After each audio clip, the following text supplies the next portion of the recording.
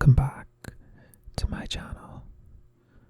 Today's video is going to be a whispered reading of a short story by the writer H P Lovecraft. The story is called Beyond the Wall of Sleep. The writer begins with a quote from Shakespeare, which says, "I have an exposition of sleep come upon me."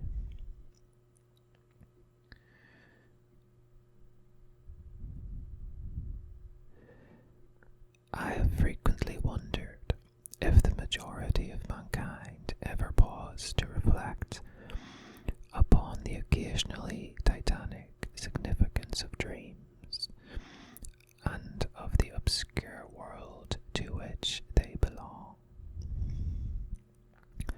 Whilst the greater number of our nocturnal visions are perhaps no more than faint and fantastic reflections of our waking experiences, Freud, to the contrary, with his puerile symbolism, there are still a certain remainder whose immundane and ethereal character permits of no ordinary interpretation,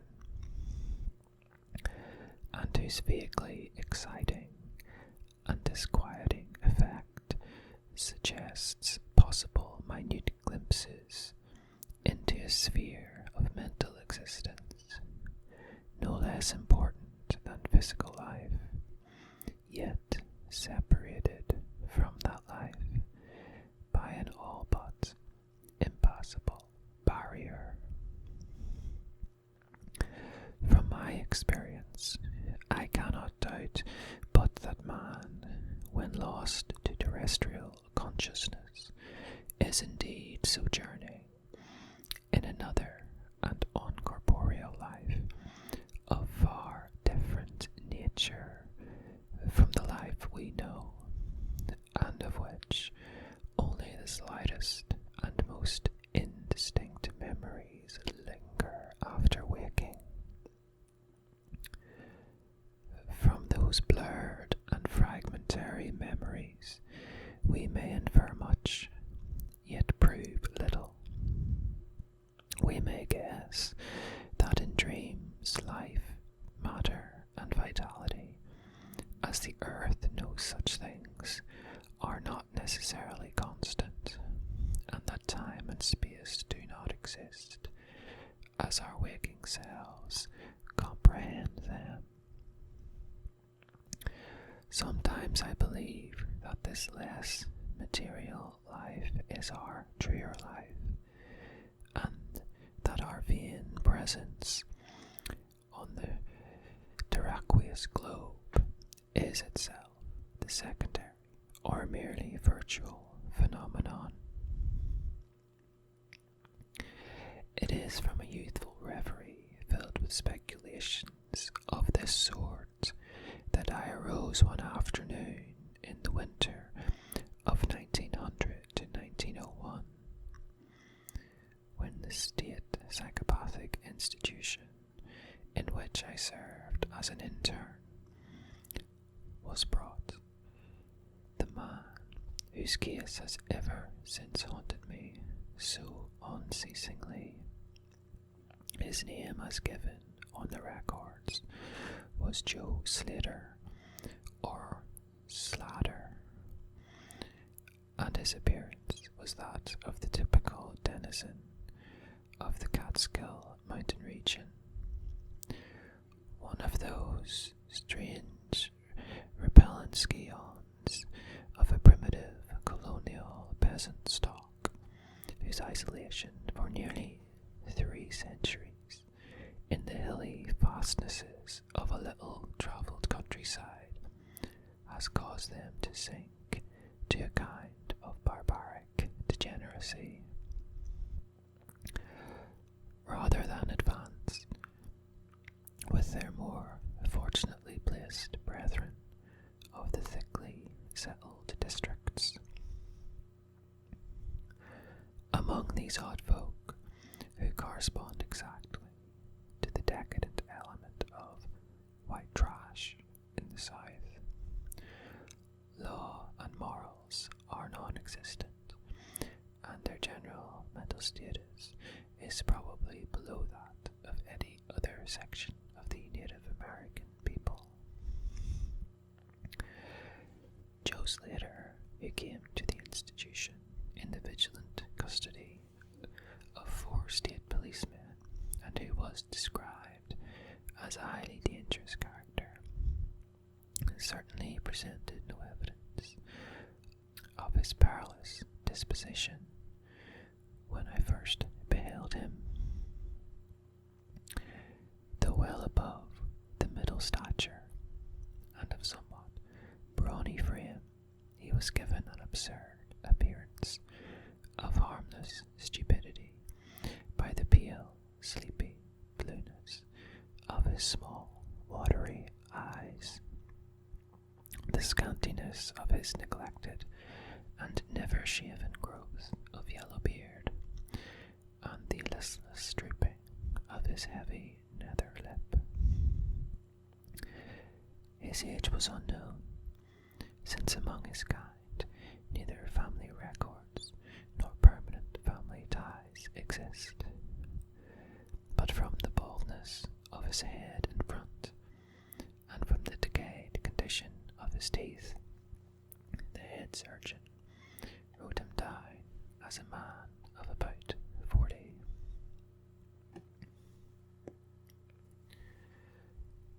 From the medical and court documents, we learned all that could be gathered of his case. The man, a vagabond, hunter and trapper, had always been strange in the eyes of his primitive associates. He had habitually slept at night beyond the ordinary time, and upon waking would often talk of unknown things in a manner so bizarre as to inspire fear even in the hearts of an unimaginative populace.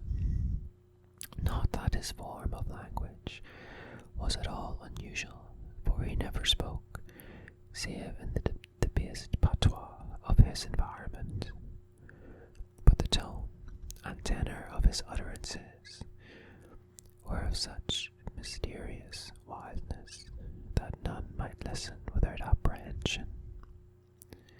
He himself was generally as terrified and baffled as his auditors, and within an hour after awakening would forget all that he had said, or at least all that it cost him to say what he did, relapsing into a bovine, half-amiable normality like that of the other hill-dwellers. As Slater grew older, it appeared his matutinal aberrations had gradually increased in frequency and violence, till about a month before his arrival at the institution had occurred the shocking tragedy which caused his arrest by the authorities. One day near noon, after a profound sleep begun in a whiskey debauch at about 5 of the previous afternoon, the man had roused himself most suddenly with ululations so horrible and unearthly that they brought several neighbours to his cabin, a filthy sty where he dwelt with a family as indescribable as himself. Rushing out into the snow, he had flung his arms aloft and commenced a series of leaps directly upward in the air, the while shouting his determination to reach some big cabin with brightness in the roof and walls and floor, and the loud queer music far away. As 2 sighs sought to restrain him. He had struggled with maniacal force and fury, screaming of his desire and need to find and kill a certain thing that shines and shakes and laughs.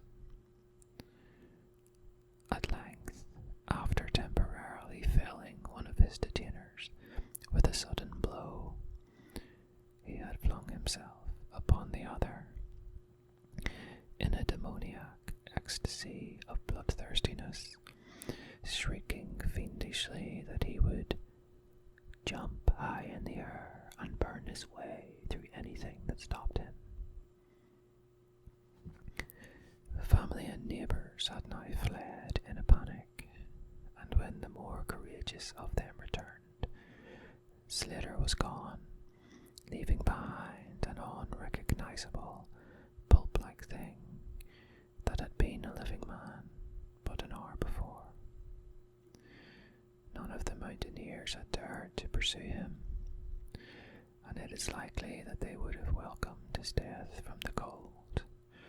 But when several mornings later they heard his screams from a distant ravine, they realized that he had somehow managed to escape, and that his removal, in one way or another, would be necessary.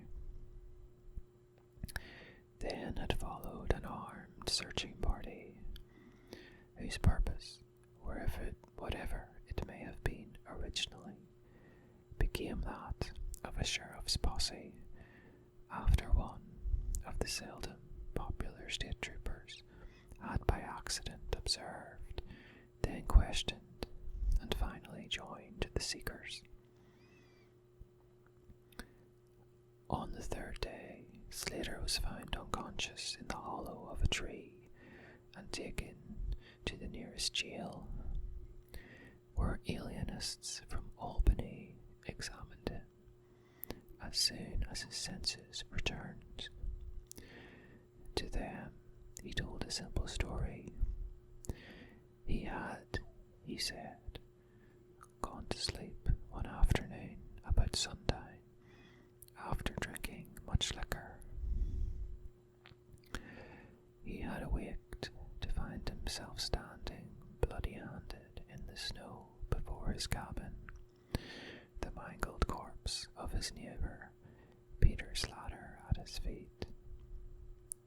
Horrified, he had taken to the woods in a vague effort to escape from the scene of what must have been his crime. Beyond these things he seemed to know nothing, nor could the expert questioning of his interrogators bring out a single additional fact. That night, Slater slept quietly, and the next morning he awakened with no singular feature, save a certain alteration of expression. Dr. Barnard, who had been watching the patient, thought he noticed in the pale blue eyes a certain gleam of peculiar quality, and in the flaccid lips an all but imperceptible tightening, as if of intelligent determination. But when questioned, Slater relapsed into the habitual vacancy of the mountaineer, and only reiterated what he had said on the preceding day.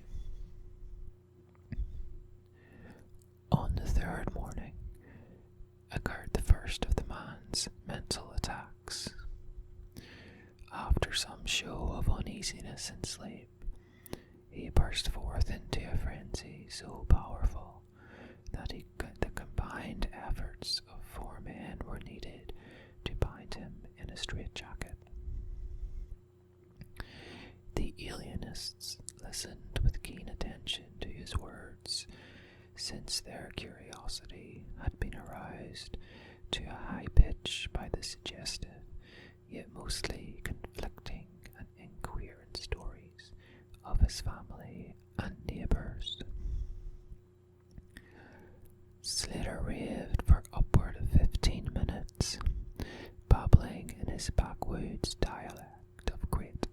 abysses of light, oceans of space, strange music, and shadowy mountains and valleys. But most of all did he dwell upon some mysterious, blazing entity that shook and laughed and mocked at him. This vast, vague personality seemed to have done him a terrible wrong, and to kill it in triumphant revenge was his paramount desire. In order to reach it, he said, he would soar through abysses of emptiness, burning every obstacle that stood in his way. Thus ran his discourse, until, with the greatest suddenness, he ceased. The fire of madness died from his eyes, and in dull wonder he looked at his questioners and asked why he was bound. Dr. Bernard unbuckled the leathern harness and did not restore it till night, when he succeeded in persuading Slater to don it of his own volition for his own good. The man had now admitted that he sometimes talked queerly, though he knew not why. Within a week, 2 more attacks appeared, but from them the doctors learned little. On the source of Slater's visions, they speculated at length, for since he could neither read nor write, and had apparently never heard a legend or fairy tale, his gorgeous imagery was quite inexplicable.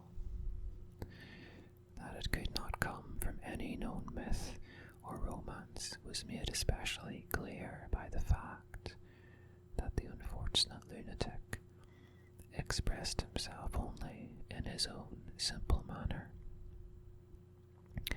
He raved of things he did not understand and could not interpret, things which he claimed to have experienced, but which he could not have learned through any normal or connected narration.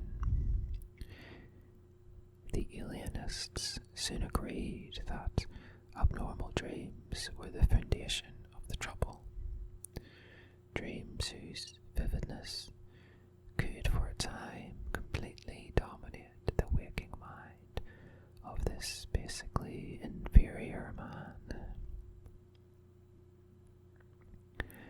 With due formality, Slater was tried for murder, acquitted on the ground of insanity, and committed to the institution wherein I held so humble a post. I have said that I am a constant speculator concerning dream life, and from this you may judge of the eagerness with which I applied myself to the study of the new patient as soon as I had fully ascertained the facts of his case. He seemed to sense a certain friendliness in me, born no doubt of the interest I could not conceal, and the gentle manner in which I questioned him. Not that he ever recognized me during his attacks, when I hung breathlessly upon his chaotic but cosmic word pictures, but he knew me in his quiet hours, when we would sit by the barred window, weaving baskets of straw and willow, and perhaps pining for the mountain freedom he could never enjoy again.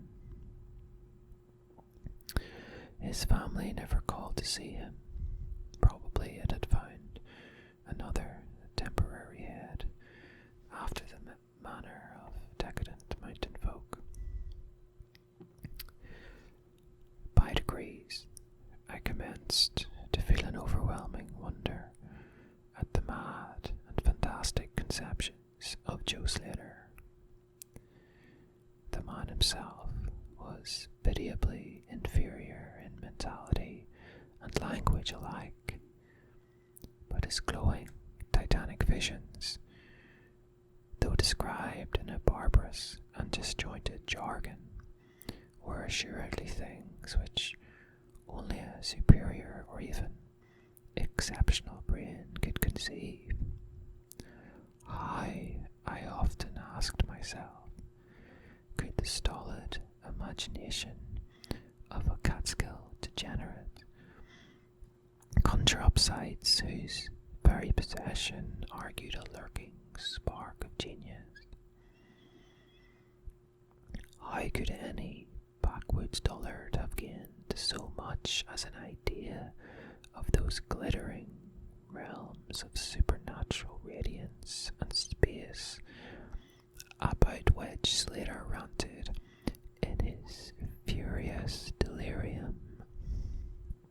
More and more I inclined to the belief that in the pitiful personality who cringed before me lay the disordered nucleus of something beyond my comprehension, something infinitely beyond the comprehension of my more experienced but less imaginative medical and scientific colleagues.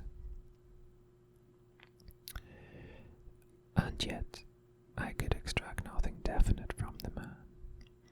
The sum of all my investigation was that in a kind of semi-uncorporeal dreamlife, Slater wandered or floated through resplendent and prodigious valleys, meadows, gardens, cities, and palaces of light in a region unbounded and unknown to man. That there he was, no peasant or degenerate, but a creature of importance and vivid life, moving proudly and dominantly, unchecked only by a certain deadly enemy, who seemed to be a being of visible yet ethereal structure, and who did not appear to be of human shape, since Slater never referred to it as a man, or as aught save a thing. This thing had done Slater some hideous but unnamed wrong, which the maniac, if maniac he were, yearned to avenge. From the manner in which Slater alluded to their dealings, I judged that he and the luminous thing had met on equal terms, that in his dream existence the man was himself a luminous thing of the same race as his enemy. This impression was sustained by his frequent references to flying through space and burning all that impeded his progress. Yet these conceptions were formulated in rustic words, wholly inadequate to convey them, a circumstance which drove me to the conclusion that if a true dream world indeed existed, oral language was not its medium for the transmission of thought. Could it be that the dream soul inhabiting this inferior body was desperately struggling to speak things which the simple unhalting tongue of dullness could not utter? Could it be that I was face to face with intellectual emanations from which would explain the mystery, if I could but learn to discover and read them? I did not tell the older physicians of these things, for middle age is skeptical, cynical, and disinclined to accept new ideas. Besides, the head of the institution had but lately warned me in his paternal way that I was over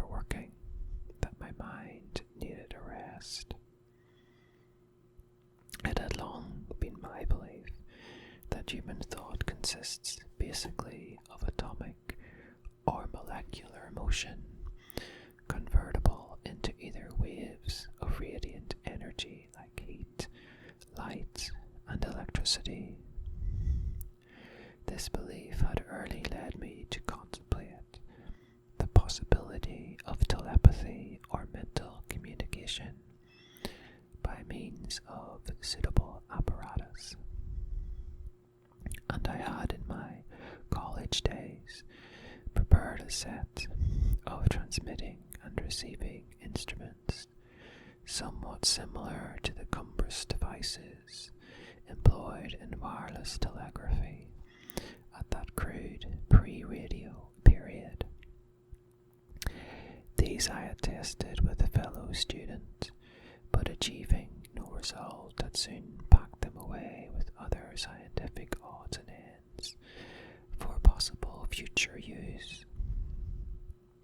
Now, in my intense desire to probe into the dream life of Joe Slater, I sought these instruments again and spent several days in repairing them for action. When they were complete once more, I missed no opportunity for their trial. At each outburst of Slater's violence, I would fit the transmitter to his forehead and the receiver to my own, constantly making delicate adjustments for various hypothetical wavelengths of intellectual energy. I had but little notion of how the thought impressions would, if successfully conveyed, arouse an intelligent response in my brain. But I felt certain that I could detect and interpret them. Accordingly, I continued my experiments, though informing no one of their nature. It was on the 21st of February 1901 that the thing finally occurred. As I look back across the years, I realize how unreal it seems, and sometimes half wonder if old Dr. Fenton was not right when he charged it all to my excited imagination. I recall that he listened with great kindness and patience when I told him, but afterward gave me a nerve powder and arranged for the half-year's vacation on which I departed the next week. That fateful night, I was widely agitated and perturbed, for despite the excellent care he had received, Joe Slater was unmistakably dying. Perhaps it was his mountain freedom that he missed, or perhaps the turmoil in his brain had grown too acute for his rather sluggish physique. But at all events, the flame of vitality flickered low in the decadent body. He was drowsy near the end, and as darkness fell, he dropped off into a troubled sleep. I did not strap on the straitjacket as was customary when he slept, since I saw that he was too feeble to be dangerous, even if he woke in mental disorder once more before passing away. But I did place upon his head and mine the two ends of my cosmic radio, hoping against hope for a first and last message from the dream world in the brief time remaining. In the cell with us was one nurse, a mediocre fellow who did not understand the purpose of the apparatus or think to inquire into my course. As the hours wore on, I saw his head droop awkwardly in sleep, but I did not disturb him. I myself, lulled by the rhythmical breathing of the healthy and the dying man, must have nodded a little later. The sound of weird lyric melody was what aroused me. Chords, vibrations, and harmonic ecstasies echoed passionately on every hand, while on my ravished sight burst the stupendous spectacle of ultimate beauty. Walls, columns, and architraves of living fire blazed effulgently around the spot where I seemed to float in air, extending upward to an infinitely high vaulted dome of indescribable splendor. Blending with this display of palatial magnificence, or rather supplanting it at times in kaleidoscopic rotation, were glimpses of wide plains and graceful valleys, high mountains and inviting grottos, covered with every lovely attribute of scenery which my delighted eye could conceive of, yet formed wholly of some glowing, ethereal, plastic entity which in consistency partook as much of spirit as of matter.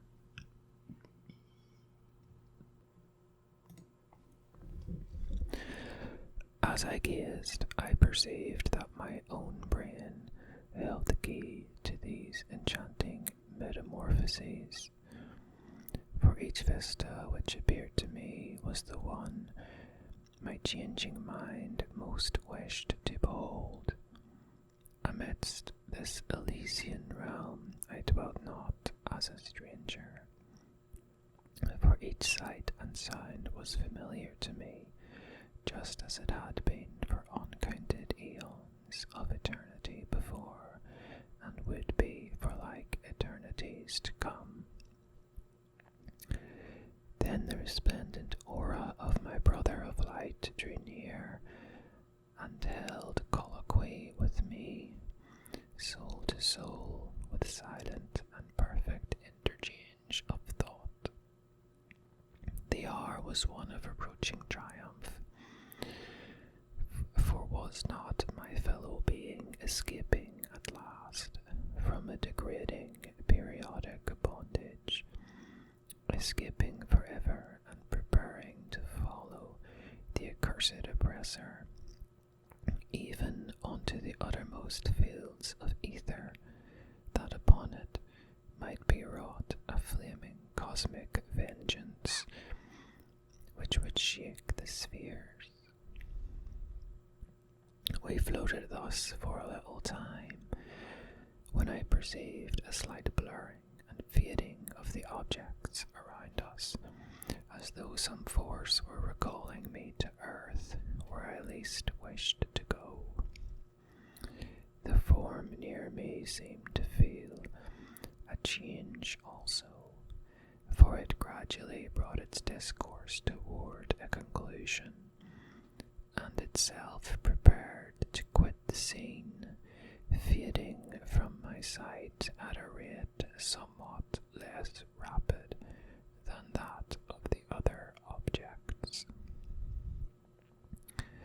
A few more thoughts were exchanged, and I knew that the luminous one and I were being recalled to bondage, though for my brother of light it would be the last time. The sorry planet shell being well nigh spent, in less than an hour my fellow would be free to pursue the oppressor along the Milky Way, and past the hither stars to the very confines of infinity. well-defined shock separates my final impression of the fading scene of light from my sudden and somewhat shamefaced awakening and straightening up in my chair as I saw the dying figure on the couch move hesitantly. Joe Slater was indeed awaking, though probably for the last time. As I looked more closely, I saw that in his sallow cheeks shone spots of colour which had never before been present. The lips, too, seemed unusual, being tightly compressed as if by the force of a stronger character than had been Slater's. The whole face finally began to grow tense, and the head turned restlessly with closed eyes. I did not arouse the sleeping nurse, but readjusted the slightly disarranged headbands of my telepathic radio, intent to catch any parting message the dreamer might have to deliver. All at once the head turned sharply in my direction, and the eyes fell open, causing me to stare in blank amazement at what I beheld. The man who had been Joe Slater, the Catskill decadent, was now gazing at me with a pair of luminous, expanded eyes whose blue seemed subtly to have deepened. Neither mania nor degeneracy was visible in that gaze, and I felt beyond a doubt that I was viewing a face behind which lay an active mind of high order. At this juncture, my brain became aware of a steady external influence operating upon it. I closed my eyes to concentrate my thoughts more profoundly, and was rewarded by the positive knowledge that my long-sought mental message had come at last. Each transmitted idea formed rapidly in my mind, and though no actual language was employed, my habitual association of conception and expression was so great that I seemed to be receiving the message in ordinary English. Joe Slater is dead, came the sole petrifying voice or agency from beyond the wall of sleep. My opened eyes sought the couch of pain in curious horror, but the blue eyes were still calmly gazing, and the countenance was still intelligently animated. He is better dead, for he was unfit to bear the ethereal life and planet life.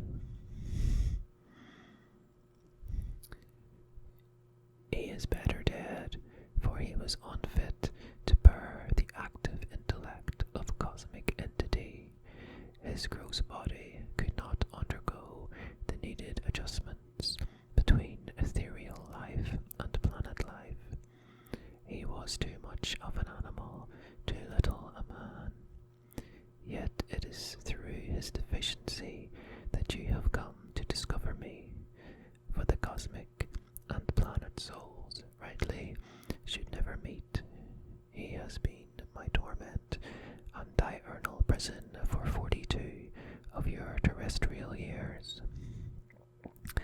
I am an entity like that which you yourself become in the freedom of dreamless sleep. I am your brother of light, and have floated with you in the effulgent valleys. It is not permitted me to tell your waking earth self of your real self,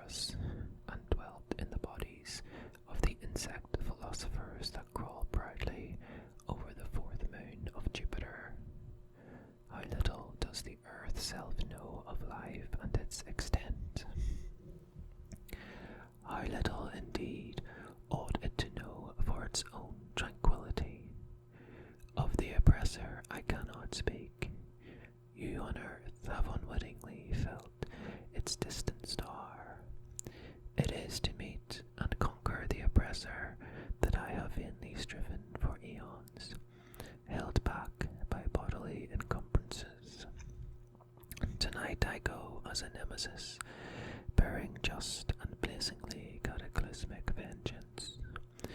Watch me in the sky, close by the demon star. I cannot speak longer, for the body of Joe Slater grows cold and rigid, and the coarse brains are ceasing to vibrate as I wish. You have been my friend in the cosmos. You have been my only friend on this planet, the only soul to sense and seek for me within the repellent form which lies on this couch. We shall meet again, perhaps in the shining mists of Orion's sword, perhaps on a bleak plateau in prehistoric Asia, perhaps in unremembered dreams tonight, perhaps in some other form, an aeon hence, when the solar system shall have been swept away. At this point, the thought waves abruptly ceased, and the pale eyes of the dreamer, or can I say dead man, commenced to glaze visually. In a half stupor, I crossed over to the couch and felt of his wrist, but found it cold, stiff, and pulseless. The sallow cheeks peeled again, and the thick lips fell open, disclosing the repulsively rotten fangs of the degenerate Joe Slater. I shivered, pulled a blanket over the hideous face, and awakened the nurse. Then I left the cell and went silently to my room. I had an insistent and unaccountable craving for a sleep whose dreams I should not remember. The climax. What plain tale of science can boast of such a rhetorical effect? I have merely set down certain things, appealing to me as facts, allowing you to construe them as you will. As I have already admitted, my superior, old Dr. Vinton, denies the reality of everything I have related. He vows that I have broken down with nervous strain and badly in need of the long vacation on full pay which he so generously gave me. He assures me on his professional honour that Joe Slater was but a low-grade paranoiac, whose fantastic notions must have come from the crude hereditary folk tales which circulate in even the most decadent of communities. All this he tells me, yet I cannot forget what I saw in the sky on the night after Slater died. Lest you think me a biased witness, another's pen must add this final testimony, which may perhaps supply the climax you expect. I will quote the following account of the star Nova Persei verbatim from the pages of that eminent astronomical authority, Professor Garrett P. Service. On February 22nd, 1901, a marvellous new star was discovered by Dr. Anderson of Edinburgh, not far from Algol. No star had been visible at that point before. Within 24 hours, the stranger had become so bright that it outshone Capella.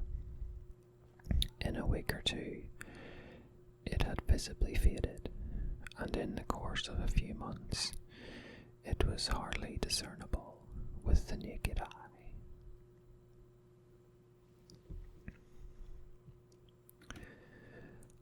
That is the end of the story. I hope you enjoyed that. If you did, let me know.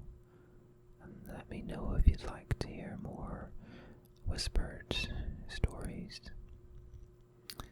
And thank you again for listening.